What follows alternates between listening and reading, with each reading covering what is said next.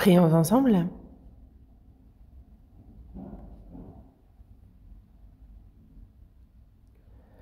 Dieu notre Père, toi qui nous aimes, toi qui es saint et miséricordieux, Dieu, nous étions éloignés de toi et agissions dans le péché, mais tu as eu pitié de nous et tu nous as aimés.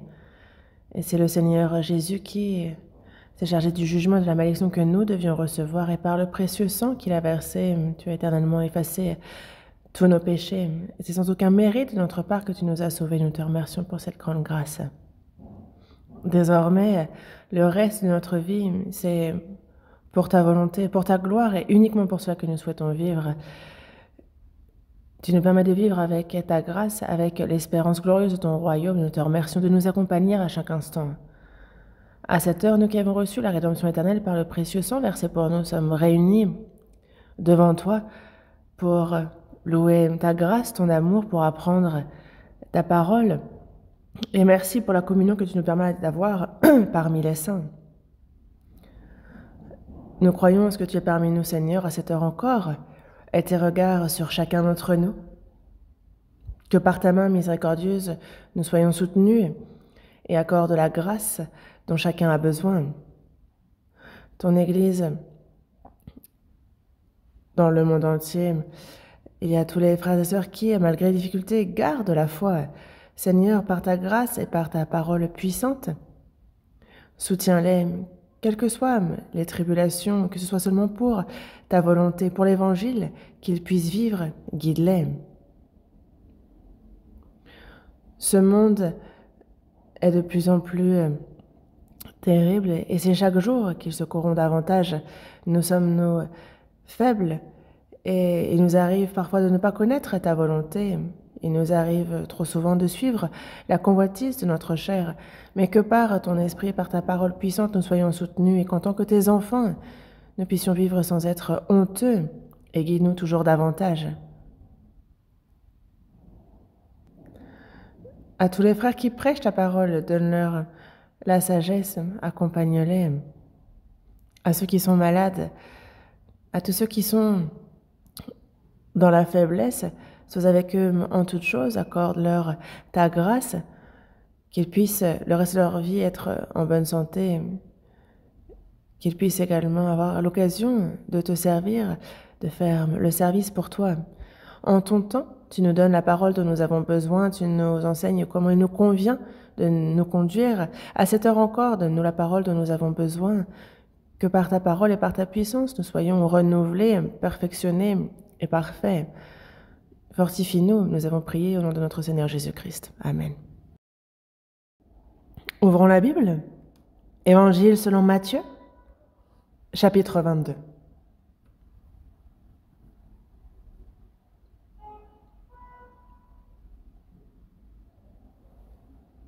Évangile selon Matthieu, chapitre 22, à partir du verset 31 jusqu'au verset 32.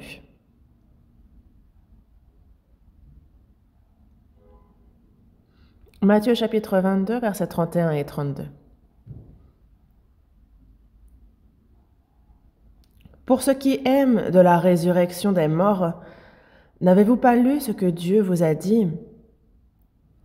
Je suis le Dieu d'Abraham, le Dieu d'Isaac et le Dieu de Jacob. Dieu n'est pas Dieu des morts, mais des vivants.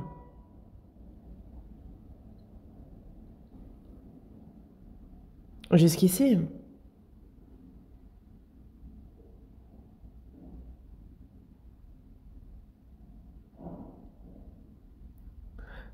dans notre Église, la majorité de ceux présents, je pense qu'ils ont compris la grâce de Dieu, qu'ils ont reçu le salut. Si cela pouvait être à 100%, tous, sans exception, c'est mon souhait ardent que chacun soit sauvé. Mais qui sait? Peut-être que certains n'ont pas encore cette assurance du salut. Si la personne a cette assurance du salut, alors en tant que sauvé, c'est la vie de foi. qui le prouve. Il faut que ça se manifeste dans la vie. Le jour du retour du Seigneur est si proche. Vous le savez tous.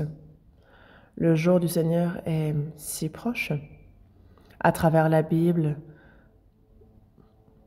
que ce soit dans l'Ancien ou le Nouveau Testament, c'est à de nombreuses reprises que cela a été prophétisé et nous le voyons de nos propres yeux. Nous voyons ces prophéties s'accomplir et nous en sommes surpris. Nous avons reçu le salut à la fin des temps et juste avant que le Seigneur ne revienne. Et il est certain que nous vivons à cette époque où nous pouvons rencontrer le Seigneur vivant et d'avoir la foi et l'espérance à cette époque est vraiment surprenant. Le salut que nous avons reçu est si précieux. Peut-être que certains l'ignorent ici, je ne sais pas. Dans Hébreux chapitre 2 verset 3, on nous parle d'un si grand salut. Ceux qui n'ont pas encore reçu le salut doivent recevoir le salut. Et il y a ceux qui se disent « Ah, je suis trop occupé, je verrai plus tard, je vais d'abord faire ce qui urge pour moi ».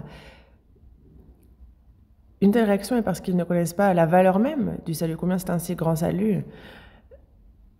La vie charnelle est importante au sens où si nous tombons malades, nous pouvons mourir, mais évidemment que chacun va faire un effort pour se remettre sur pied, pour guérir.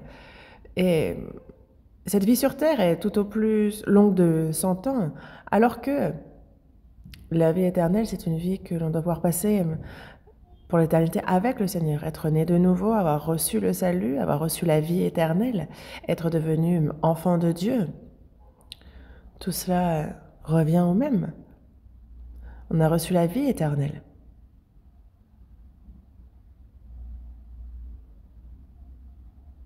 C'est pour cela que c'est toujours sous ce même titre, les vivants et les morts, que je continue de vous parler, et parce que cela me semble nécessaire. Pourquoi? Parce que vous le savez bien, vous connaissez bien en quoi les vivants et les morts sont différents. C'est inexplicable. Les vivants ont affaire sur cette terre, les morts ne peuvent rien faire. Mais les vivants et les morts dont nous parlons, plus que la mort ou la vie charnelle, on parle ici de la vie et la mort spirituelle. Et la vie des animaux aussi est limitée dans ce temps. Certains vivent longtemps. La tortue, par exemple, peut vivre plusieurs centaines d'années. Mais dans la seconde épître de Pierre, chapitre 2, on nous parle des animaux qui sont comme des brutes qui s'abandonnent à leur penchant naturel et qui sont nés pour être prises et détruites. Et dans le psaume 49, verset 21, il est dit de l'homme qui est en honneur, mais qui n'a pas d'intelligence, qu'il est semblable aux bêtes que l'on égorge. Les bêtes ne sont pas en honneur, elles n'ont pas l'âme, l'esprit. Les animaux sont là pour être mangés ou grillés par les hommes. Ils ont été donnés aux hommes. Comme il est dit dans la Genèse, chapitre 1, versets 27 et 28, l'homme a été fait à l'image de Dieu. Les animaux, les végétaux sont là et faits pour les hommes. La vie que nous avons reçue est si précieuse. Et une personne sauvée ne doit pas oublier qu'elle est une personne vivante devant Dieu et que ceux qui ne sont pas sauvés sont morts. Il y a donc les vivants, les morts, et il y a une distinction claire et nette. Et donc aujourd'hui, encore une fois, c'est sous ce thème, les vivants et les morts, que je souhaite vous parler pour la 4e fois. Et aujourd'hui, on a Jésus qui s'adresse aux Juifs, et en particulier à ceux qui pensent qu'il n'y a ni âme, ni esprit, ni ange, donc aux Sadducéens. À l'époque, nous, on pourrait considérer que c'est une secte, que c'est de l'hérésie. Et donc, pour les enseigner, Jésus donne cette parole. Et Jésus parle donc des anges, de la résurrection, et dit, pour ce qui est de la résurrection des morts, il parle donc de la résurrection des morts. N'avez-vous pas lu ce que Dieu vous a dit? Lu où? Avant 500 ans avant que Jésus ne vienne, Dieu a dit à Moïse, dans Exode chapitre 3 verset 6,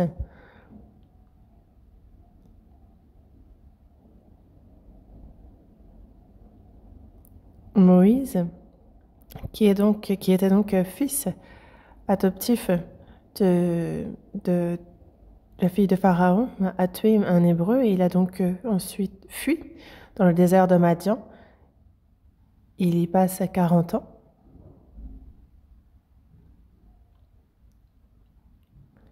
Il y a donc Jéthro avec la fille duquel il se marie et il passe donc 40 ans dans ce désert.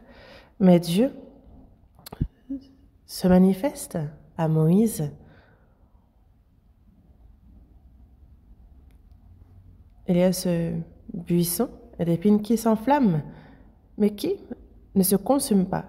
Et il entend alors la voix de Dieu lui disant, « N'avez-vous pas lu ce que Dieu vous a dit? Je suis le Dieu d'Abraham, le Dieu d'Isaac et le Dieu de Jacob. »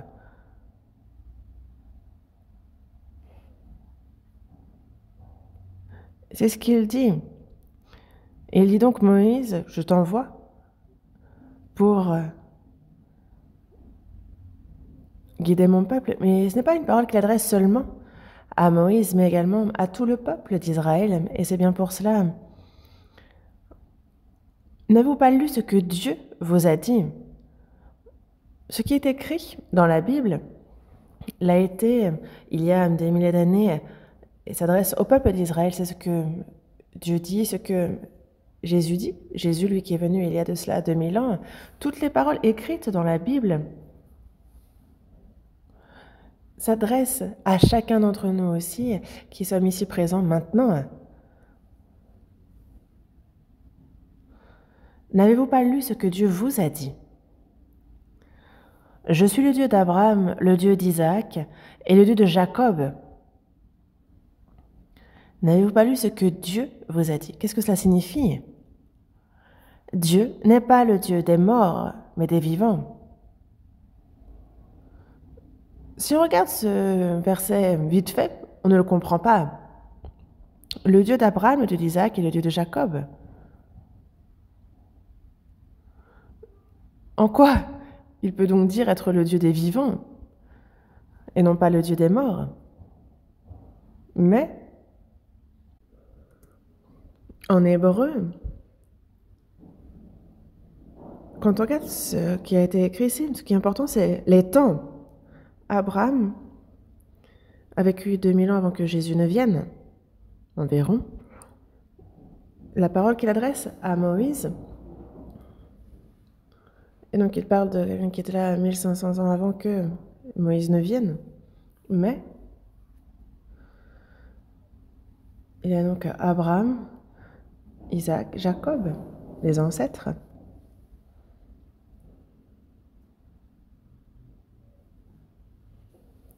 Abraham, Isaac et Jacob. Il n'a pas dit « J'étais le Dieu d'Abraham, le Dieu d'Isaac et le Dieu de Jacob. Je suis. Je suis le Dieu d'Abraham. » C'est du présent. Et c'est que maintenant, que ce soit Abraham, Isaac ou Jacob, ils sont vivants devant Dieu maintenant. C'est ce que cela signifie. Il n'est donc pas Dieu des morts, mais des vivants. Abraham, Isaac, Jacob sont actuellement vivants devant Dieu. Et parce qu'ils sont vivants, il est donc le Dieu d'Abraham, d'Isaac et de Jacob. Lorsque Moïse parle aussi, il y a Abraham, Isaac et Jacob. Lorsqu'il parle à Moïse, il parle de quelque chose qui s'est passé il y a 500 ans par rapport à lui. Mais Abraham, Isaac et Jacob sont actuellement vivants devant Dieu. Et donc voici ce que Dieu vous a dit. Le Dieu auquel vous croyez est le Dieu des vivants et non le Dieu des morts. Abraham, Isaac et Jacob en sont la représentation même. Mais dans Exode chapitre 3 verset 6, Il dit donc être le Dieu d'Abraham, d'Isaac et de Jacob. Mais ce n'est pas écrit au passé, mais il dit « je suis ». C'est du présent. Je suis le Dieu d'Abraham, d'Isaac et de Jacob. Et dans Exode chapitre 3, quand on regarde le verset 14, Moïse dit à Dieu « Mais j'irai donc vers les enfants d'Israël et je dirai à ce peuple « Le Dieu de vos pères m'envoie vers vous, le Dieu d'Abraham, d'Isaac, de Jacob m'envoie vers vous. Mais s'ils me demandent quel est ton nom, que leur répondrai-je » Et à ce moment-là, Dieu dit à Moïse, « Je suis celui qui suis. I am who I am. »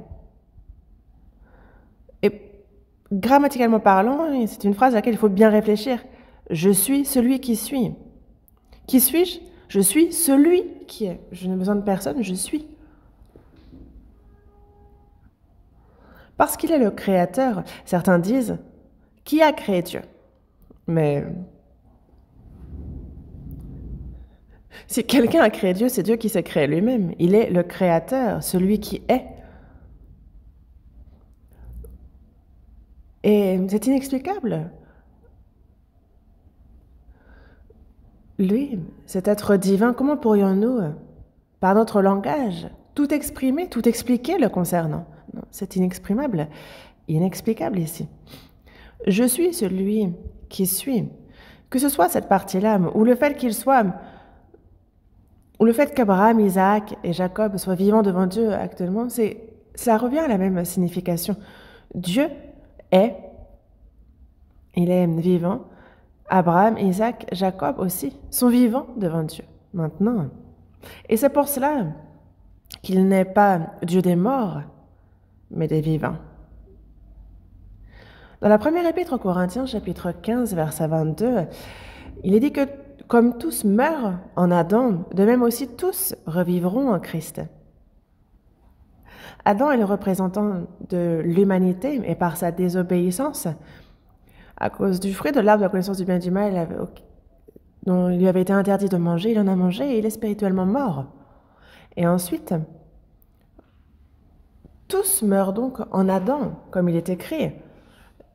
On nous parle ici de la relation qui est rompue avec Dieu. Il n'y a plus de communication. Le péché est entré dans ce monde par la désobéissance d'Adam. Et dans Romains, il est également dit que ça s'est répandu sur le monde entier. Il a donc la relation avec Dieu qui est rompue. Et comme tous meurent en Adam, de même aussi tous revivront en Christ. Tout pécheur revient à la vie en Christ. Adam est le représentant des morts. Jésus est le représentant des vivants. Comme tous meurent en Adam, de même aussi tous revivront en Christ, qui est le dernier Adam. Et parce que nous étions morts, nous avions besoin de cet esprit vivifiant qu'est Christ. De même aussi, tous revivront en Christ. C'est donc en Christ qu'il redonne la vie à tous. De même, tous aussi revivront en Christ. C'est pour ça que dans Luc, chapitre 20, verset 38, il est dit que Dieu n'est pas Dieu des morts, mais des vivants. Car pour lui, tous sont vivants. Qu'est-ce que cela signifie? Car pour lui, donc pour Dieu, tous sont vivants. Nous étions morts en Adam, mais par la grâce qu'il y a en Christ, ceux qui sont sauvés sont donc tous vivants aux yeux de Dieu. Tout homme était mort en Adam.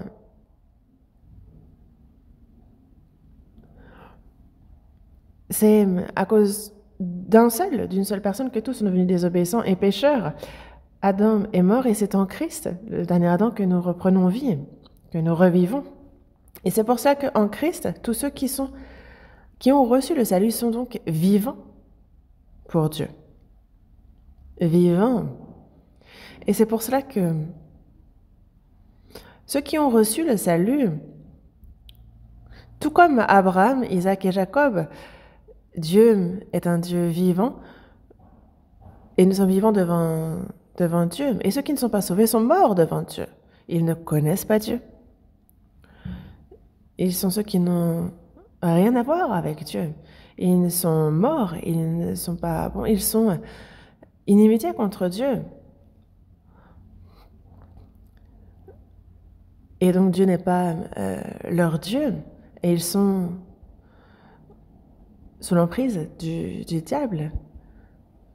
Ils ne sont pas nés, Dieu n'est pas leur père. Peu importe s'ils se réunissent, s'ils rendent culte, qu'ils prient, qu'ils louent le Seigneur, ils n'ont rien à voir avec lui. Pourquoi? Parce qu'ils sont morts.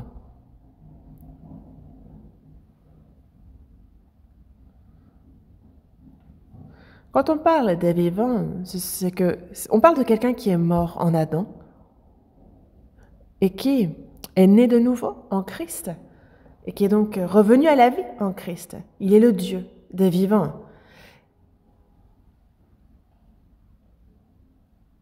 Dans Matthieu chapitre 6, verset 9, il dit « Voici donc comment vous devez prier, notre Père qui est aux cieux. » Donc notre Père qui est aux cieux, il est devenu notre Père. Il est le Père, le Dieu des vivants. Et ça, c'est vraiment important. Dans Hébreux, chapitre 11, on nous parle de ceux qui ont vécu dans la foi, depuis l'Ancien Testament jusque dans le Nouveau. En fait, on nous en parle tout du long de ce chapitre. C'est par la foi qu'Abel offrait à Dieu un sacrifice plus excellent que celui de Caïn. C'est par elle qu'il fut déclaré juste. C'est par la foi qu'Enoch fut enlevé pour qu'il ne vit point la mort. Et avant son enlèvement, il avait reçu le témoignage qu'il était agréable à Dieu. On commence par Abel, on passe par Enoch et Abraham, et donc tous ceux qui nous ont devancés dans la foi. Dans Hébreux chapitre 11, on nous en parle, et dans le chapitre 12, verset 1, il est dit que nous, donc, aussi, puisque nous sommes environnés d'une si grande nuée de témoins, rejetons tout fardeau et le péché qui nous enveloppe si facilement et courons avec persévérance dans la carrière qui nous est ouverte.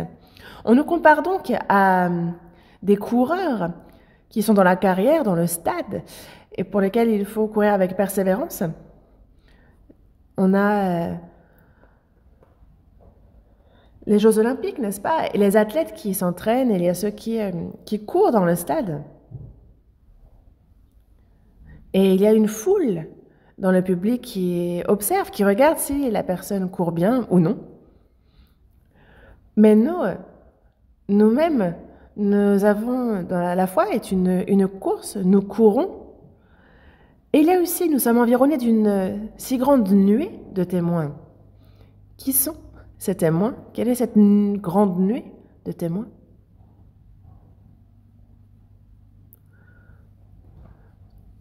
Tous ceux qui sont morts en Adam, qui sont revenus à la vie en Christ, et tous les saints qui nous ont devancés dans la foi.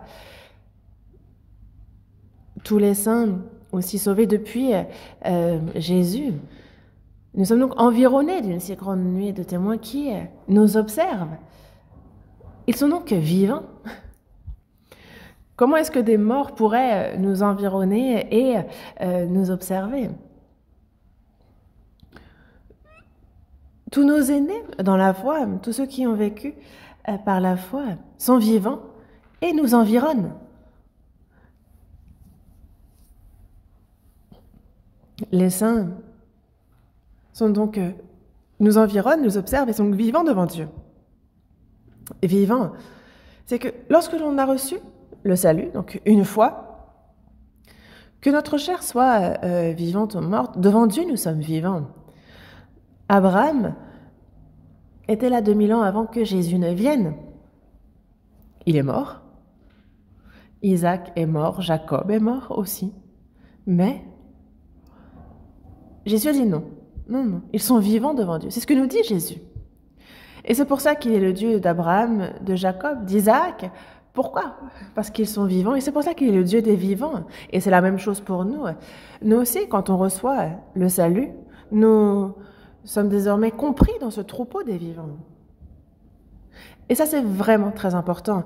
C'est pour ça que dans Éphésiens chapitre 2, verset 1, il est bien dit, vous étiez morts par vos offenses et par vos péchés. Vous étiez morts, mais il vous a rendus à la vie avec Christ. C'est par la grâce que vous êtes sauvés. Nous étions morts par nos offenses, mais il nous a rendus à la vie avec Christ. C'est par la grâce que vous êtes sauvés. Nous étions morts, mais lorsque Jésus, lui, est mort, il est mort pour nous racheter de nos péchés. Et lorsqu'il a ressuscité, c'est pour nous redonner la vie. Et nous sommes donc, comme Abraham, Isaac et Jacob, comme ils sont vivants pour Dieu, nous sommes nous-mêmes vivants pour Dieu. C'est ce qu'il exprime, vivants, éternellement vivants. Dans Jean, chapitre 10, verset 28, il est dit « Je leur donne la vie éternelle et elles ne périront jamais et personne ne les ravira de ma main. » Je leur donne la vie éternelle. La vie éternelle, c'est la vie pour l'éternité. On a reçu le pardon des péchés, je suis né de nouveau, j'ai reçu le salut, je suis devenu enfant de Dieu. Au final, de quoi parle-t-on? C'est de vivre pour l'éternité. Dieu est éternel, ses enfants le sont donc aussi. Ceux qui ont reçu la vie de Dieu ont reçu la vie éternelle. Je leur donne la vie éternelle.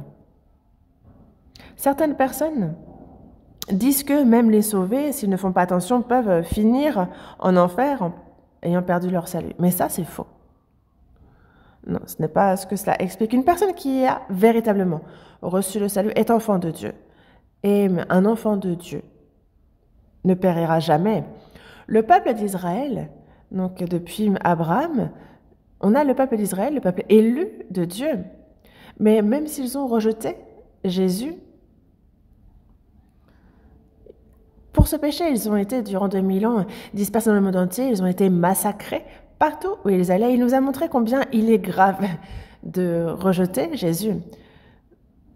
Mais cela ne change rien au fait que le peuple d'Israël est le peuple élu de Dieu. Parce que c'est le peuple de Dieu, il y a châtiment. Parce que c'est le peuple de Dieu, il y a rétablissement. Le peuple d'Israël a déclaré son indépendance et ils sont retournés sur la terre promise 2000 ans après l'avoir perdue. Et actuellement, on voit justement la guerre qui a éclaté. Le peuple d'Israël, le peuple élu de Dieu, et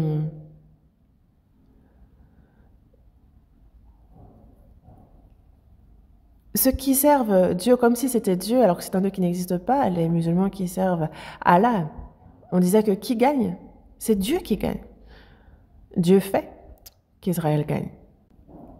On a Goliath, un mastodonte, un géant qui s'adresse au peuple d'Israël et qui dit « Vous êtes le peuple d'Israël, battez-vous alors !» Et il y avait les soldats d'Israël qui tremblaient.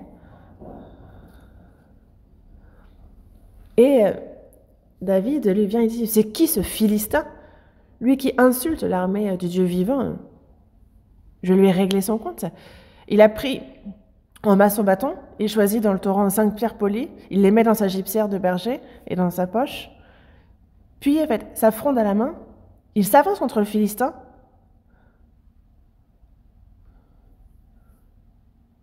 Et lui, il a été précis.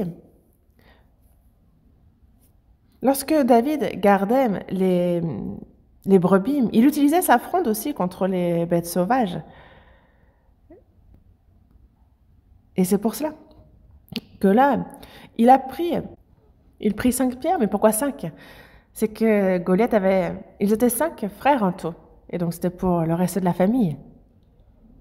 Goliath est un géant, David est un jeune garçon qui garde les brebis, un tout jeune garçon qui s'avance pour se battre, et Goliath a dû se dire « Mon enfant, que viens-tu faire là? Je viens pour me battre contre toi. » Il a dit « Waouh, oula, il n'y a vraiment personne pour qu'ils envoient les enfants. » Et il parle, il le maudit, et ensuite il dit même « Viens vers moi et je donnerai ta chair aux oiseaux du ciel et aux bêtes des champs. » David dit lui aux Philistins « Tu marches contre moi avec l'épée, la lance et le javelot, et moi je marche contre toi au nom de l'Éternel des armées. » C'est donc Dieu qui se battra pour moi. Et il envoie sa pierre.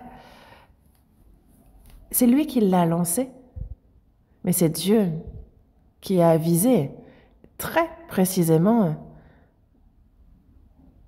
Parce que cette pierre l'a s'enfoncée dans le front du Philistin. et il s'effondre, il tombe le visage contre terre. Et donc David court, il s'arrête près du Philistin, il se saisit de son épée et il tire cette épée du fourreau, il le tue, il lui coupe la tête. David, c'est l'image de Jésus, et Goliath, celle de David. À ce moment-là, justement, la victoire de David, c'est la victoire d'Israël. Mais pour Israël, quoi qu'il arrive, ils sont là. C'est un peuple élu pour être témoin de Dieu. Qu'il chute, qu'il soit détruit, qu'il se rétablisse, en tous les cas, il témoigne de Dieu. Le peuple d'Israël a péri pour avoir péché, pour avoir rejeté Jésus. Mais Dieu a dit, je ne suis pas mort. Et pour le montrer au monde entier, il a rétabli Israël. On a le Hamas qui soudainement attaque Israël et qui envoie des milliers de missiles qui fusent comme la pluie, s'imaginant certainement qu'il pourrait faire disparaître Israël en peu de temps, puisqu'Israël est vraiment tout petit. La population doit en tout, pour tout, être 6 millions, 8 millions, pas plus, concernant les Juifs en Israël. Dans le passé, en Égypte aussi, on avait Nasser. Lors de la troisième guerre du Moyen-Orient, pensait éradiquer justement les Juifs de terre. Il a même fait un dessin avec écrit To hell with Sionism, en enfer le sionisme. Et il avait rassemblé 14 nations et pensait faire s'effondrer Israël, mais en 6 jours. C'est lui qui s'est rendu. Et les pertes du côté arabe étaient grandes. La population des 14 nations était 20 millions, mais à l'époque, le peuple d'Israël était à peu près 2,5 millions. Environ 2,5, ouais, qui se battaient contre 20 millions. Et ce n'est pas tout. Dans Josué chapitre 23, verset 10, il est dit qu'un seul d'entre vous en poursuivra 1000, on poursuivait 1000, car l'Éternel, votre Dieu, combattait pour vous, comme il vous l'a dit. Et pourquoi, cette fois encore, le peuple d'Israël souffre-t-il de ça? Il y a une raison à cela.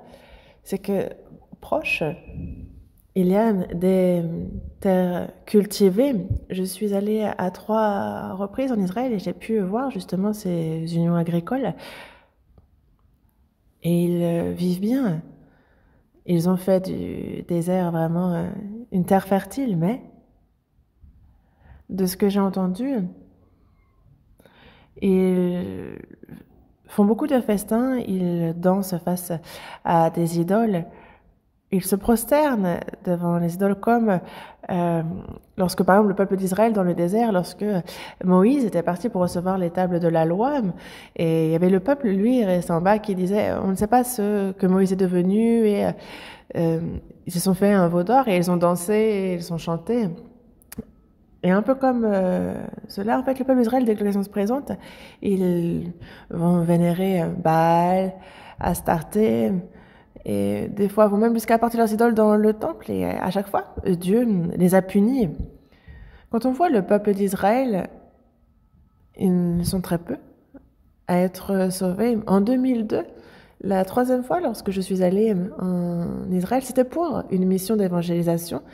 Il y a des sauvés, il y a une église, un mari, une femme. On avait rassemblé justement dans un hôtel près du lac de Galilée. On avait fait un séminaire biblique. Et en fait, lorsque les Juifs disent croire en Jésus, on pourrait penser que tous sont sauvés, mais non, ils ne connaissent pas la rédemption éternelle.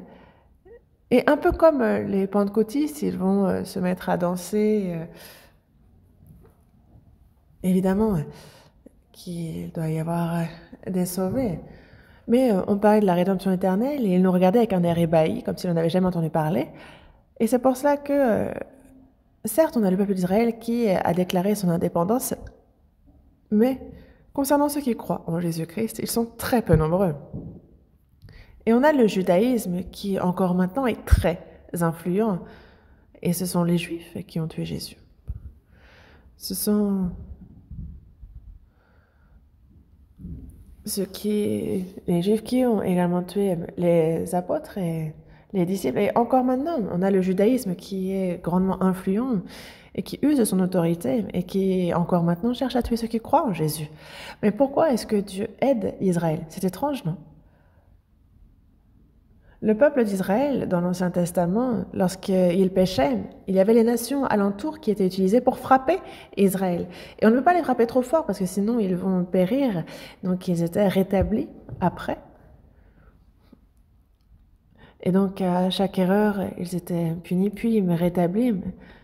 Et si le peuple d'Israël disparaît, alors les autres penseront que Dieu est mort. Et c'est pour ça qu'il les rétablit, et qu'il les restaure. Et ce n'est pas par pitié pour le peuple d'Israël, ce n'est pas parce qu'ils se sont repentis, mais parce c'est pour le nom saint de Dieu qu'il les a rétablis. Et il faut réfléchir donc à cela. Et c'est pour cela que les Juifs, eux, qu'ils croient ou qu'ils vénèrent des idoles, qu'ils croient à Christ ou non, beaucoup parmi les Juifs disent qu'il n'y a pas de Dieu. Pourquoi? Parce que durant la Seconde Guerre mondiale, il y a eu 6 millions de Juifs qui sont morts, peu importe combien ils ont imploré Dieu, de voir que Dieu les laisse souffrir de ce massacre, alors ils ne croient plus en Dieu.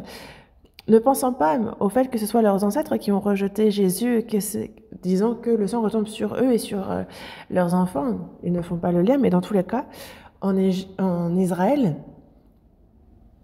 oui, c'est bien le peuple d'Israël, et ce jusqu'au bout, oui, mais encore maintenant, ils ne croient pas en Christ.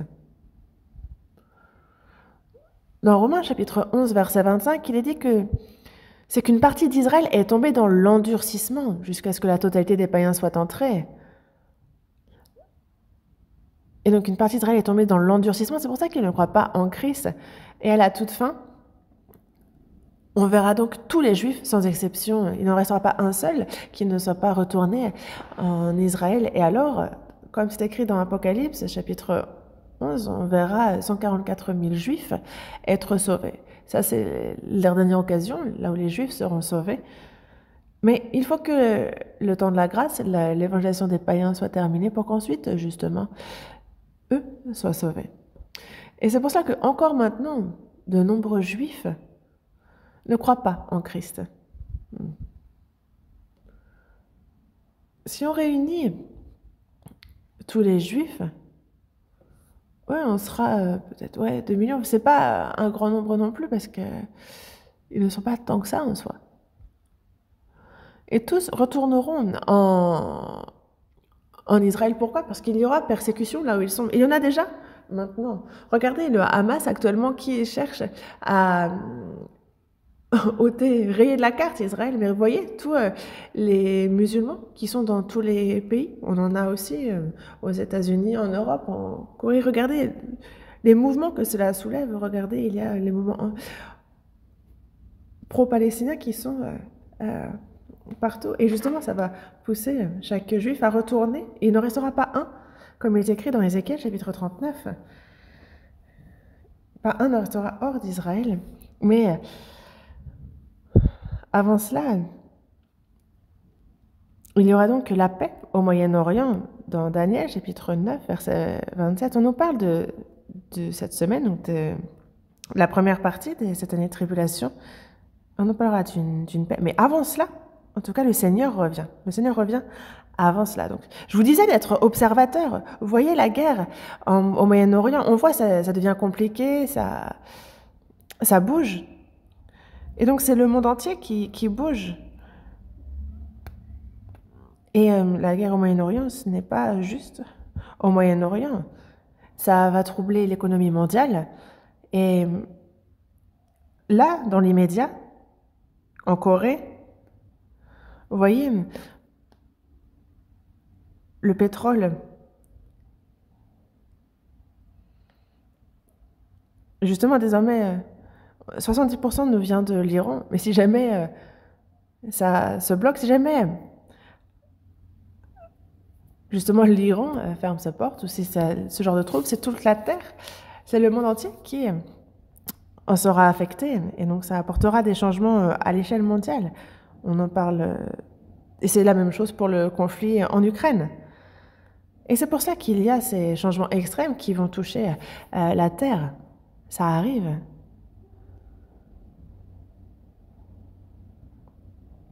la guerre, la paix. Il y a une guerre bien plus grande qui menace et tout d'un coup, hop, la paix. Et les gens vont apprécier, vont se dire, ah, la paix est là. Mais comme c'est écrit dans 1 Thessaloniciens, chapitre 5, verset 3, quand les hommes diront paix et sûreté, ils n'échapperont point. Ce sera une fausse paix. Ils ne pourront échapper. Parce que ce n'est pas une paix, c'est le début, le lancement de la dernière guerre. Mais ça, vous le savez bien et on reviendra dessus. Mais nous sommes juste avant le retour du Seigneur. Regardez précisément ce qui se passe. Il y a en Israël actuellement, même moralement, beaucoup de problèmes. L'idolâtrie, ceux qui disent même qu'il n'y a pas de Dieu, sont nombreux. Et Dieu frappe, et c'est un peu comme dans l'Ancien Testament. Je suis en train de lire justement sur... On a le peuple d'Israël qui, dès que l'occasion se présente, il rejette Dieu, mais il commet l'idolâtrie. On a les rois qui, devant Dieu, étaient méchants, qui justement servaient Baal, Astarté. Et donc Dieu les frappait, ils reviennent à Dieu, et ça se répète. Ça va, ça vient. Et jusqu'à maintenant, on a cette histoire qui se répète. Mais, en tout cas, jusqu'au bout, le peuple d'Israël est un peuple élu de Dieu. Et c'est pour ça qu'ils ne périront pas intégralement. Les peuples qui sont contre Israël, surtout par exemple, non seulement les musulmans, mais aussi les athées. Les musulmans sont bien plus terrifiants. Ils sont 54 pays à être musulmans, et une grande partie de la population. Et c'est justement la première communauté qui est contre Dieu et son œuvre, en tout cas. Mais nous, vraiment, nous sommes ceux qui, véritablement, en Christ, avons reçu le salut, sommes nés de nouveau. Les Juifs sont le peuple élu de Dieu, mais ils sont spirituellement morts. Nous, nés de nouveau, nous sommes vivants. Et elles ne périront jamais. Nul ne peut les ravir de la main de mon Père, parce que nous sommes dans la main du Seigneur. Certaines personnes, imaginons qu'une personne ait donné toute sa fortune pour acheter un trésor. Est-ce que vous pensez que cette personne va laisser traîner son trésor? Cette personne va vraiment faire en sorte de conserver, de bien garder son trésor. Un trésor, on ne doit pas le laisser à la maison parce qu'il suffit que quelqu'un la prenne. Et alors, il y a un voleur imprudent qui va venir le prendre. Et donc, la personne va le mettre dans un coffre-fort, c'est certain. On a les banques internationales qui ont des coffres-forts souterrains. Ils creusent dans la terre. Et c'est peut-être prenable comme coffre-fort, mais quand c'est dans la main de Dieu, c'est imprenable. Tout ce que le Père, il est plus grand que tous. Personne ne peut nous ravir de la main du Père. Et justement, personne ne peut nous ravir de sa main. Il va faire en sorte qu'aucun de nous ne se perde. Nous vivons donc pour l'éternité. Et nous sommes dans la main du Seigneur qui est dans la main du Père. Et donc on a une double protection, c'est une double sécurité.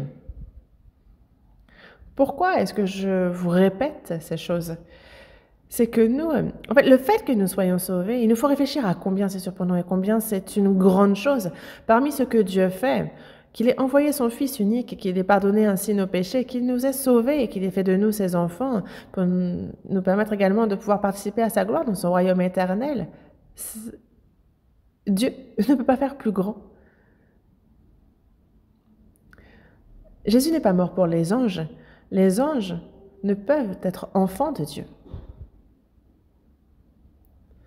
Dans Hébreux chapitre 1, verset 14, il est dit des anges, des esprits, qu'ils sont au service de Dieu. C'est pour cela qu'ils ont été envoyés pour exercer un ministère en faveur de ceux qui doivent être hérités du salut. Ce sont des esprits au service de Dieu. Recevoir le salut, ça a été gratuitement, ça n'a été d'aucun mérite de notre part. Et pourquoi est-ce qu'il nous l'a donné gratuitement? C'est pas parce que ça n'a pas de valeur, c'est parce que nous ne pouvions pas en payer le prix. C'était bien trop cher. Personne n'a donné un centime pour son salut. Il nous l'a donné gratuitement parce que nous ne pouvions pas l'acheter. C'était bien trop cher. Mais de nos jours, quand on parle de gratuit, les gens sont là, gratuit, il n'y a rien de gratuit dans ce monde. C'est ce que les gens disent. Et à partir du moment où c'est gratuit, c'est forcément un mensonge. Parfois, on a de la peine pour certaines personnes, on va donner gratuitement quelque chose, mais ici, on parle du don de Dieu. Et il a payé un si grand prix pour nous sauver, nous, gratuitement. C'est le salut, c'est la vie, et c'est pour ça que nous sommes vivants devant Dieu. Vivants. Plus je pense à ce vivant, plus je me rends compte que ceux dehors qui marchent sont morts. Ils sont aux yeux de Dieu morts, et on ne peut plus morts. Ecclésiaste, chapitre 9. Ecclésiaste, chapitre 9.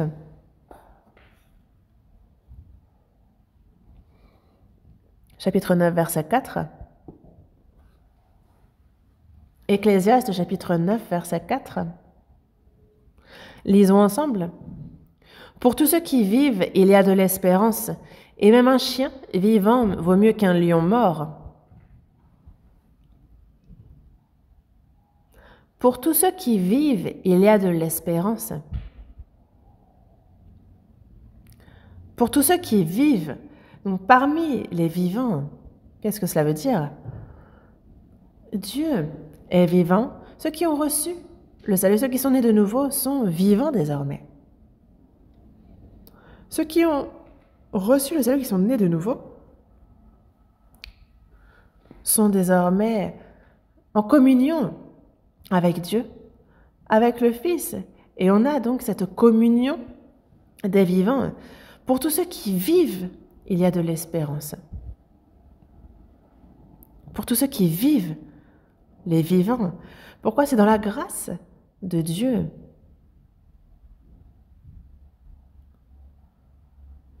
Dans la première épître aux Corinthiens, chapitre 1, verset 9, il dit « Dieu est fidèle, lui qui vous a appelé à la communion de son Fils, Jésus-Christ notre Seigneur. » Ceux qui ont reçu le salut sont en communion avec le Fils, avec le Père.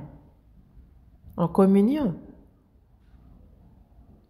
Avant-hier, j'étais dans le centre et il y a la rivière Anne et il y a les oiseaux d'un noir de jet qui flottent. Et je regarde et c'est pas des corbeaux. On aurait dit plutôt des canards. Je ne sais pas d'où. Enfin, en tout cas, des oiseaux migrateurs. Je ne sais pas d'où ils étaient, mais ils étaient par troupeaux, par hordes. On avait les pigeons d'un côté, les moineaux d'un autre. Chaque espèce a aussi discute entre eux. Les poissons sont entre eux selon leurs espèces.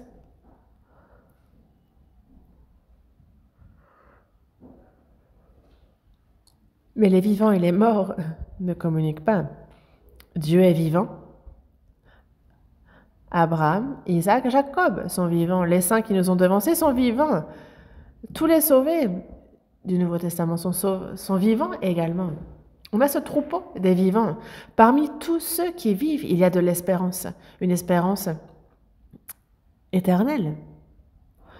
Dans la première épître de Pierre, chapitre 1, verset 3, il est dit que selon sa grande miséricorde, il nous a régénérés pour une espérance vivante par la résurrection de Jésus-Christ d'entre les morts. Jésus-Christ est mort et il a ressuscité, il a accompli le pardon des péchés et il redonne la vie. Il nous a régénérés. Et il nous a régénérés pour une espérance vivante. Ceux qui sont morts n'ont pas d'espérance. Ils ne sont que destinés misérablement à périr en enfer, mais nous avons une espérance vivante. Il n'y a pas d'espérance dans ce monde. à la limite un espoir. Non, dans ce monde, ce sont des espoirs qui, finalement, on semble les atteindre et finalement, ils s'évaporent.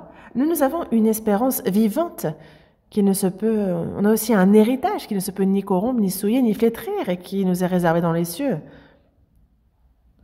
Donc pour tous ceux qui vivent, il y a de l'espérance et nous avons l'espérance. Pour tous ceux qui vivent, et donc il n'y a pas que moi, il y a Jésus, les autres saints, tous ceux qui sont nés de nouveau font partie de ces vivants, de ce troupeau de vivants. Et donc nous tous, nous faisons partie de ce troupeau des vivants. Il y a l'espérance, et s'il y a l'espérance, même un chien vivant vaut mieux qu'un lion mort. Et cette expression est assez hilarante. Un chien vivant vaut mieux qu'un lion mort. Oui, un lion est un lion, mais s'il est mort, il est surtout mort avant d'être un lion. Et donc, autant avoir un chien vivant. Donc, c'est pour ça qu'on compare un chien vivant et un lion mort. Et c'est assez hilarant comme expression. Et même un chien vivant vaut mieux qu'un lion mort. Une personne qui a reçu le salut, maintenant, parce qu'elle a reçu le salut, ce n'est pas pour autant qu'elle va être persécutée, arrêtée, emprisonnée. Ce fut le cas lorsqu'il y avait les communistes qui régnaient. On ne compte même plus les persécutions. Ce n'est pas seulement la Chine, mais c'est la Russie aussi. Mais on parle du Vietnam, qui aussi a grandement combattu les chrétiens. Mais ce n'est pas tout, en fait. On a ces pays qui sont sous autorité d'autres religions, l'hindouisme, l'islam, et les persécutions sont grandes. Mais nous, parce que nous croyons en Jésus, on n'est pas particulièrement, à cause de Jésus, persécutés ou carrément misérables. Mais lors des premières églises, les saints, à cette époque, sacrifiaient tout pour l'évangile. Ils étaient persécutés, ils étaient expulsés.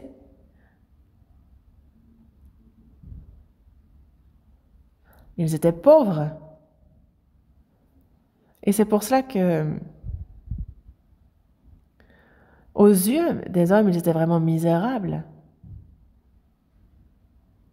Dans Ésaïe, chapitre 53, on parle de Jésus. On dit on parle de lui comme d'une faible plante, comme un rejeton qui sort d'une terre desséchée, qu'il n'avait ni beauté ni éclat pour attirer nos regards. On le décrit, et disant qu'il n'avait rien pour plaire. On n'a pas de photo de Jésus. On n'a pas une seule peinture de Jésus. Et si on devait peindre Jésus, il serait certainement déjà doux, mais est-ce qu'il serait charmant? Est-ce qu'il serait beau? Non, il est plutôt comme une faible plante qui ressort d'un endroit asséché. Donc il n'y a rien à voir. Il n'avait dans son aspect rien qui puisse nous plaire ou qui attire nos regards. Il était méprisé et abandonné des hommes. Est-ce que vous imaginez? C'était un homme de douleur et habitué à la souffrance. Donc semblable à celui dont on détourne le visage, on l'a dédaigné et nous n'avons fait de lui aucun cas. Il a été injurié, mais il ne rendait point d'injures. Il a été maltraité, mais il ne faisait point de menaces.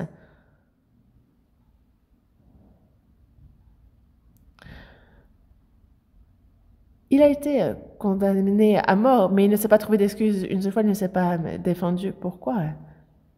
On lui crachait au visage. Les soldats romains l'ont frappé, insulté, mais malgré cela, il n'a pas dit un mot. Il est le Créateur, le Seigneur de vie, le Roi des rois, n'est-ce pas? Les Juifs ont ignoré, méprisé Jésus. Pourquoi? Parce qu'il ne voulait pas devenir roi. Il nous dit, il est mort comme un idiot. Et ils l'ont méprisé. Et encore jusqu'à maintenant, ils le méprisent. Et nous, chrétiens, alors? Dans la première épître aux Corinthiens, il est dit que nous, sauvés, parmi nous, il n'y a ni beaucoup de sages, selon la chair, ni beaucoup de puissants, ni beaucoup de nobles. Parce que Dieu a choisi les choses faibles du monde, les choses viles, pour confondre les fortes. Et nous, sauvés, si les morts sont donc les lions, nous sommes des chiens. Je m'excuse pour l'expression, mais on peut avoir autorité, on peut être riche, on peut être dans le luxe et vivre avec classe en tant que lion. Mais si on est un lion mort, à quoi ça sert? Un lion est un lion, mais si un lion est mort, il est surtout mort. Un chien vivant, lui, est-ce qu'un chien mort se dit « Ah, je préférerais être un lion... » Est-ce qu'un chien vivant, préférerait être un lion mort? Non. Un chien vivant vaut toujours mieux qu'un lion mort. Et cette expression est vraiment intéressante. Nos chrétiens, on est méprisés, on est piétinés. L'apôtre Paul, dans le premier épître aux Corinthiens, il dit bien que nous sommes devenus comme les balayures du monde, le rebut de tous jusqu'à maintenant. Des balayures. Mais nous sommes vivants devant Dieu, et vous pouvez en être fiers. Je peux être vêtue de sac en toile de jute ou je peux manger du porridge d'orge tous les jours, mais je suis enfant de Dieu. Attendez de voir un peu. Dans le stade, on a le plus grand qui est devant et derrière, on a un tout petit qui suit. Et si on dit demi-tour, le jour du Seigneur, ce sera ça. Demi-tour toutes. Alors c'est fini pour les gens de ce monde. Les célèbres, ceux qui se vantent, ceux qui sont connus, tous baisseront les chines. Tous ceux qui nous ont méprisés, tous ceux qui nous ont persécutés seront oubliés. Et nous pouvons être fiers parce que Dieu se souviendra de nous. Moi, quoi qu'il arrive, je suis enfant de Dieu. L'apôtre Paul, lui, a tellement souffert. Il était dans la nudité, mais il est souvent dans les jeûnes, dans l'éveil. Il avait la faim, la soif, le froid. Il tremblait. Il était dans les... Ses vêtements, c'était comme des dépouilles. En prison, souvent. Il est au péril de sa vie. Il était emprisonné. Et il a passé 2 ans comme assigné à résidence. Et il est ensuite mort, décapité. Mais il a désormais la couronne de justice, mais réservée. Et c'est beau, ça, non? Nous, même si nous mourons, nous sommes vivants.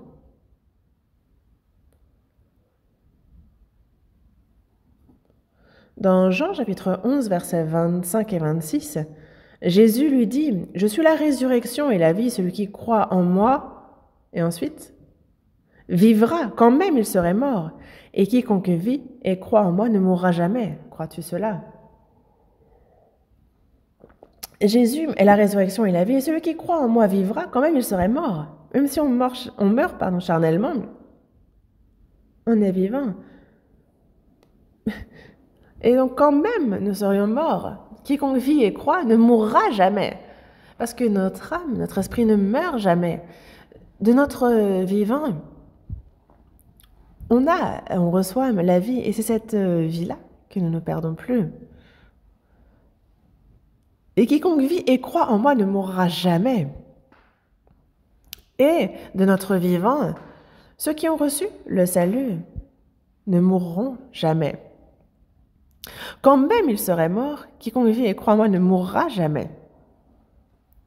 Donc nous, si nous mourons, nous vivons, si nous vivons, nous vivons.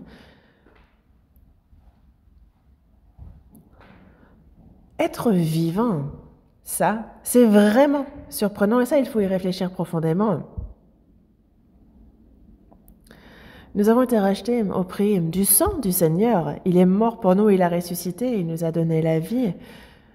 Et ça, de vivre de sa vie, c'est vraiment surprenant. Seconde épître aux Corinthiens, chapitre 6. Seconde épître aux Corinthiens, chapitre 6. versets 9 et 10. Versets 9 et 10. Lisons ensemble lentement. Comme inconnus, quoique bien connus, comme mourants, et voici nous vivons, comme châtiés, quoique non mis à mort, comme attristés, et nous sommes toujours joyeux, comme pauvres, et nous en enrichissons plusieurs, comme n'ayant rien, et nous possédons toutes choses. Et voici ici les chrétiens, ce sont les nés de nouveau qui sont décrits ici, comme inconnus, quoique bien connus. Nous ne sommes pas connus, on n'est pas nombreux à être célèbres, mais comme inconnus, quoique bien connus, comme mourants, et voici nous vivons. Comme mourants, aux yeux des gens de ce monde, ils nous voient et disent « Ah, ils font de la peine, est-ce qu'ils vivent, est-ce qu'ils sont morts ?» Comme si eux vivaient très bien, mais attendons de voir quel sera le résultat. Comme mourants, et voici, nous vivons. Nous sommes vivants, nous vivons éternellement. Comme châtiés, quoique non mis à mort.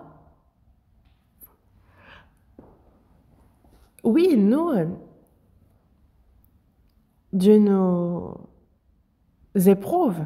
Dans Philippiens chapitre 1, verset 29, il dit bien que de la part de Dieu, il nous a été fait la grâce par rapport à Christ, non seulement de croire en lui, mais aussi encore de souffrir pour lui. C'est assez étrange. Donc, il nous a été fait la grâce par rapport à Christ. Donc c'est par rapport à Christ, c'est pareil pour notre salut, c'est pour la gloire de Dieu que nous avons été sauvés. Et donc il nous a été fait la grâce par rapport à Christ, donc notre salut c'est pour Christ, et le fait qu'il nous ait été fait la grâce, non seulement de croire en lui, donc ça c'est pour Christ, mais aussi de souffrir pour lui, ça aussi, c'est par rapport à Christ. Ceux qui ont reçu le salut, il nous a sauvés par sa mort sur la croix, mais le Seigneur dit bien, je suis mort pour toi, et est-ce que toi tu ne mourrais pas pour moi? Est-ce que tu ne vas pas souffrir pour moi? Et qu'allez-vous répondre? L'apôtre Paul a bien dit qu'il nous a été fait la grâce non seulement de croire en lui, mais encore de souffrir pour lui, de souffrir pour Christ. Est-ce que vous souhaitez souffrir pour lui? Il nous accorde ces souffrances. Pourquoi? C'est au milieu des souffrances que notre foi est éprouvée, qu'on comprend concernant Jésus bien davantage. Et c'est comme dans Hébreux chapitre 5, même Jésus qui est fils, c'est par l'obéissance de toutes ces choses qu'il a souffert, qu'il a été élevé à la perfection, il a appris par l'obéissance, bien qu'il fût fils. Nous, en fait, ça ne se fait pas comme ça d'être un très bon soldat, d'être entraîné. Si on vit dans le confort, si on vit en paix, est-ce que c'est comme ça qu'on apprend l'obéissance? Est-ce que c'est comme ça qu'on apprend à être un très bon soldat? Non, il faut surmonter les difficultés, il faut risquer sa vie, il faut être exercé, entraîné, pour pouvoir ensuite être un soldat exercé fort. Et nous faut donc savoir que ces souffrances sont là pour nous exercer, pour nous éprouver. Et donc nous, il faut nous réjouir de ces souffrances. Réjouissons-nous. Vous allez me dire, ah, moi, j'ai pas très envie. Lorsque la souffrance approche, dites-vous, ah, ce qui devait arriver arrive, et c'est pour me donner au final une bonne chose, c'est pour m'éprouver. Et si nous sommes dans la souffrance, c'est parce que nous serons complimentés, nous serons glorifiés, c'est ça pour une grande rétribution après. Le savez-vous? La souffrance des chrétiens est une très bonne chose.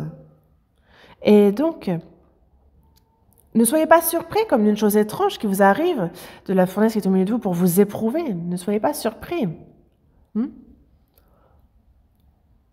Donc, comme châtier, qu'est-ce qu'il veut dire par là? C'est qu'il y a ces souffrances. Certains, lorsqu'ils voient des chrétiens souffrir, ils se disent « Ah, c'est la punition pour quel péché, pour quel mal ?» On peut être châtié à cause du péché, mais il se peut que l'on soit châtié, que l'on soit éprouvé pour autre chose. Parce que le châtiment qui nous donne la paix est tombé sur lui. Et donc le Seigneur a porté à notre place, il a été chargé du péché, du châtiment que nous devions recevoir. Et voyez combien il a souffert. Et on peut se dire, ah, l'apôtre Paul a tant souffert, est-ce que c'est parce qu'il a péché? Est-ce qu'il a commis tant de péchés pour souffrir et être châtié autant? Jusqu'à la fin, jusqu'à ce qu'il soit fait martyr pour le Seigneur, il n'a pas désobéi, il n'a pas commis de péché. Il avait dit avoir imité le Seigneur, et il a dit porter en lui les marques de Jésus. Et c'est pour ça qu'il nous dit de l'imiter. Mais pourquoi lui, qui est une personne si remarquable, pourquoi a-t-il fallu qu'il souffre autant? Paul avait reçu une si grande grâce qu'il aurait pu être orgueilleux, mais c'était aussi, donc pour éviter cela, et aussi pour l'éprouver, pour que l'œuvre soit grande à travers lui, pour lui donner une bien plus grande gloire aussi. Parce que si toutefois nous souffrons avec lui, alors nous serons glorifiés avec lui. Et vous, lorsque les chrétiens sont dans la difficulté, est-ce forcément châtiment par rapport au péché? Est-ce que c'est ce que vous dites? Ne pensez pas ainsi. On peut être châtié pour les péchés, mais cette personne peut également être châtiée, être éprouvée, justement pour qu'elle grandisse. Et c'est pour cela que, comme châtié, quoique non mis à mort, on ne va pas jusqu'à mourir, on n'est pas châtié à ce point. On va se relever, paf. C'est Dieu qui nous châtie, c'est Dieu qui nous relève. Et comme attristés, et nous sommes toujours joyeux. Les chrétiens n'ont rien. Ils sont dans la souffrance, ils sont éprouvés, mais ils sont toujours joyeux, n'est-ce pas? Dans la première épître aux Thessaloniciens, chapitre 5, il est bien dit « Soyez toujours joyeux ». Il est bien dit « Soyez toujours joyeux ». Comment pouvons-nous toujours être joyeux? Est-ce qu'il faut constamment sourire? Soyez toujours joyeux. C'est parce qu'il nous a donné la grâce qui nous réjouit à chaque instant. Dans Actes, on voit que Paul et Silas prêchent en Philippi et que ils se sont fait donc frapper, ils ont été emprisonnés, ils versaient leur sang et ils ont été emprisonnés dans une cellule souterraine. Ils étaient pieds et mains liés par le fer, ça sentait la moisissure. Et est-ce qu'ils se sont pour autant découragés? Est-ce qu'ils sont plaints à Dieu? Non. Ils ont prié et chanté les louanges à Dieu. L'apôtre Paul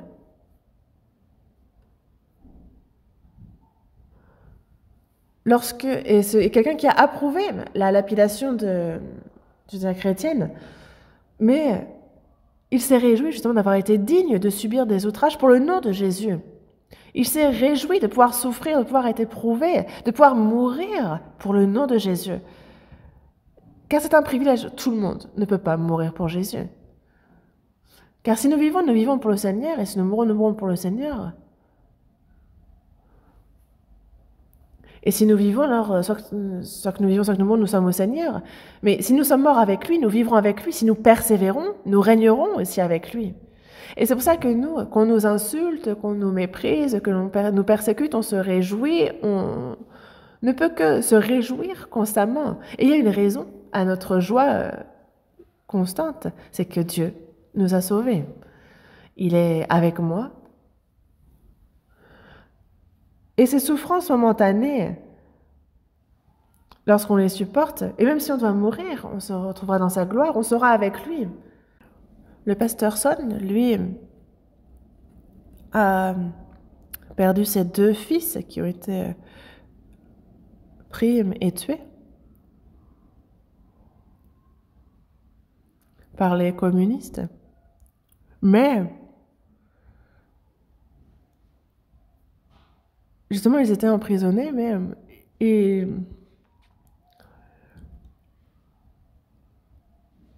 ils dansaient. Mais ils dansaient parce que ses fils étaient au ciel et donc ils s'en réjouissaient. Est-ce que nous, on peut faire de même? On reçoit le salut, on vit notre vie de foi, mais mourir, dans notre vie de foi, c'est une vraie gloire, vraiment. Heureux dès à présent les morts qui meurent dans le Seigneur. C'est la fin des souffrances. Nous rentrons dans la gloire. Imaginez la joie. Pourquoi pleurer pour cette personne? C'est vrai qu'on pleure un peu parce qu'on ne reverra pas de suite cette personne. Lorsque Étienne est mort, les saints ont pleuré. Ça, c'est parce qu'ils ne rencontreraient plus Étienne. C'est pour cela.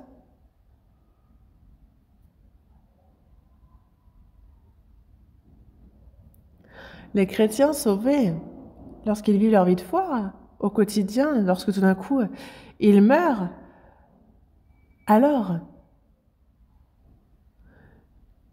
on sait désormais que la souffrance pour cette personne est terminée et qu'elle se repose dans le ciel. Dans le psaume 116, verset 15, il est bien dit qu'il a du prix aux yeux de l'Éternel la mort de ceux qui l'aiment. Ça a du prix aux yeux de l'Éternel que de mourir. Si on est sauvé, qu'on vit pour le Seigneur et qu'on meurt, c'est la plus grande des bénédictions. Mais il faut vivre pour le Seigneur et non pas de manière fébrile. Le mot est peut-être mal choisi, mais en tous les cas, il faut vraiment vivre comme il se doit en tant qu'enfant de Dieu, dans la réjouissance, en rendant grâce. Et c'est pour cela que, comme attristés, et nous sommes toujours joyeux, comme pauvres, et nous en enrichissons plusieurs, comme pauvres, et nous en enrichissons plusieurs. Et c'est ça, le chrétien.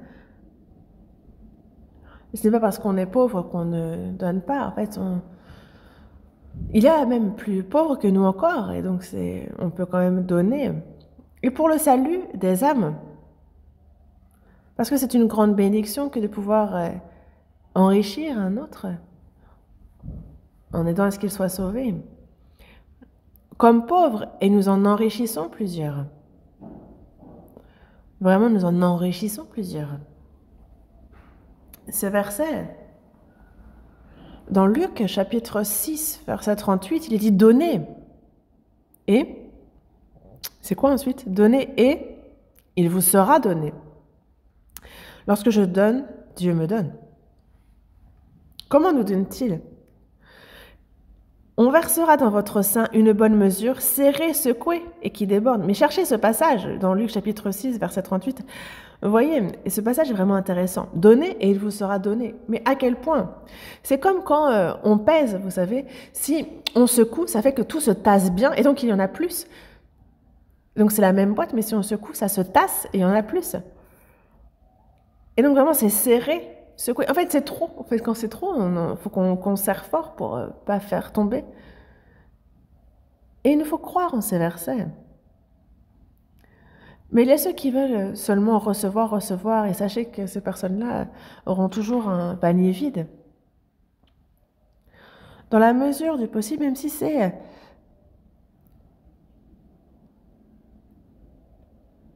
justement, en fait, c'est malgré qu'on soit riche ou pauvre, en fait, de toujours donner. Donner, parce que ceux qui ne veulent que recevoir, justement, ils deviennent aigris, tout flétris. À ceux qui aiment donner, Dieu donne. Et moi, ça, je ne sais pas si je peux dire y croire à 100%, mais en tous les cas, j'y crois vraiment. C'est une promesse. Cherchez premièrement le royaume et la justice de Dieu, et toutes ces choses vous seront données par-dessus. Si je vis pour le Seigneur me donne tout ce dont j'ai besoin. C'est une promesse de Dieu. Et si on ne le reçoit pas, c'est qu'on ne le croit pas, parce qu'il ne sera fait selon notre foi.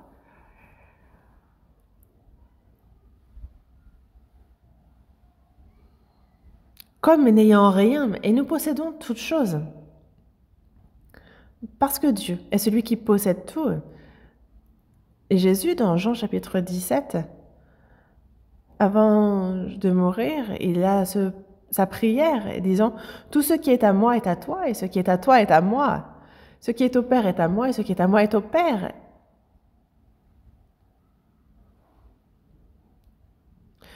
Dans Malachie chapitre 3, verset 10, il dit « Apportez à la maison du trésor toutes les dîmes. Et vous verrez si je n'ouvre pas pour vous les écluses des cieux, si je ne répands pas sur vous la bénédiction en abondance. » Il n'y a que dans ce verset-là que Dieu nous dit de l'éprouver, voir justement s'il donnera ou non selon sa parole. Mais, justement, nous l'éprouvons pour voir s'il donne ou ne donne pas. Mais ce à quoi il faut réfléchir, ce pourquoi il faut être prudent, c'est que je donne 10% à Dieu et les 90 autres pourcents sont à moi et je l'utilise pour moi. Non, ce n'est pas ça. C'est pas ça la dîme. La dîme, c'est quoi? On a donc 10 qui est l'intégralité. Tout est à Dieu. Mais l'expression que je reconnais, que tout est à Dieu, c'est justement d'en donner 10%. Mais il faut utiliser les tout pour Dieu, pour sa volonté. Et si je sais que tout appartient à Dieu, alors, et si j'utilise pour lui, alors il va me donner toujours plus. Et sans avoir besoin de l'accumuler, il va nous donner en son temps, quand on en aura besoin. Et quand on voit ce verset, on peut se rendre compte, il y a donc toutes les dîmes, donc la dîme parfaite. Celui qui est radin vis-à-vis des frères et sœurs, ou pour la mission, pour l'évangile, alors Dieu ne se réjouit pas de donner à cette personne. Parce que ce n'est pas seulement pour notre âme, mais il nous faut réfléchir que charnellement aussi, sans l'aide de Dieu, on ne peut pas vivre. Si je vis pour la volonté de Dieu, alors Dieu me donne tout ce dont j'ai besoin. Que ce soit dans l'Ancien ou dans le Nouveau Testament, c'est la même promesse qu'il nous fait. Comme n'ayant rien, et nous possédons toutes choses. Pourquoi? Parce que Dieu est celui qui possède toutes choses. Et donc, en lui, je possède tout. Sans avoir forcément à accumuler, mais il nous donne en son temps ce dont j'en aurais besoin. On le voit dans le proverbe, ne me donne ni pauvreté ni richesse, accorde-moi le pain qui m'est nécessaire.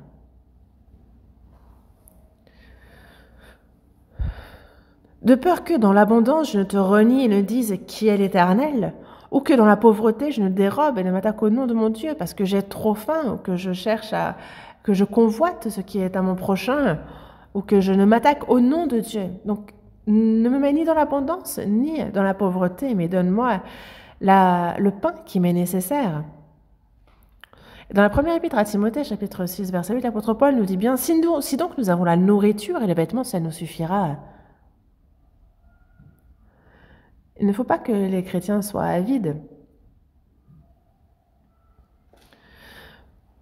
Donc si nous avons le vêtement et la nourriture, ça nous suffira. Regardez, nous avons tout. Nous avons le salut, il nous donne toutes choses dont nous avons besoin.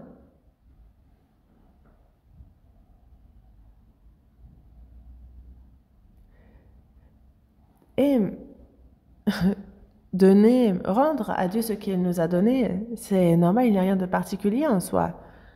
Alors que ne pas lui donner, c'est du vol. C'est pour ça que dans Malachie, il est dit, vous êtes frappés par des malédictions et vous me trompez, ne me rendant pas ce qui me revient. Le peuple d'Israël a dit, oh, en quoi t'avons-nous trompé? Dans les dîmes et les offrandes.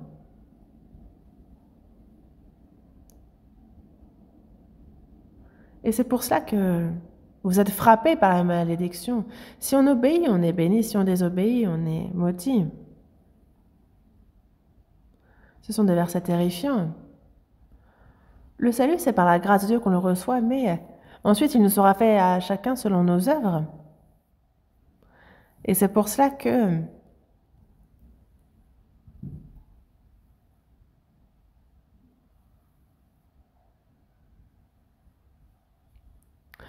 même un chien vivant vaut mieux qu'un lion mort. Ah, en tous les cas, c'est vraiment une expression très intéressante. Parce que ce monde peut être... Il peut y avoir quelqu'un d'influent, quelqu'un de riche, et quelqu'un qui vit dans le luxe, qui possède tout, mais dites-vous juste que c'est un lion mort. Nous sommes un chien, peut-être, qui nous considère comme des chiens, mais nous sommes des chiens vivants. Et c'est d'être vivant qui importe. Est-ce que c'est important d'être beau? Nous sommes vivants. Et il nous faut être fiers, avoir cette foi certaine en cela.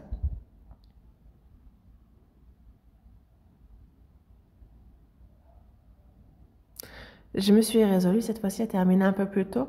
J'ai beaucoup à dire pourtant, mais je vous en parlerai dans le prochain sermon. Prions. Dieu notre Père, toi qui es miséricordieux, Dieu, en cette fin des temps que tu as fixée, c'est par le précieux sang du Seigneur Jésus que tu nous as sauvés et nous t'en remercions. Tu nous as accordé la vie éternelle, l'espérance glorieuse de pouvoir entrer dans ton royaume. Merci Seigneur. Et durant notre vie sur cette terre, tu ne nous as pas abandonnés comme des orphelins, mais tu nous accompagnes constamment, tu nous gardes, tu nous protèges, tu nous guides, et nous t'en remercions. Que le reste de notre vie aussi, ce soit pour ta volonté, pour ta gloire, que nous te servions, Seigneur, pour ton évangile, que nous obéissions et que nous puissions, guide-nous toujours pour que nous puissions le faire. Que parmi nous, aucun ne s'éloigne de ta grâce, de ton troupeau, guide chacun de nous, Seigneur. Nous avons prié au nom de notre Seigneur Jésus-Christ. Amen.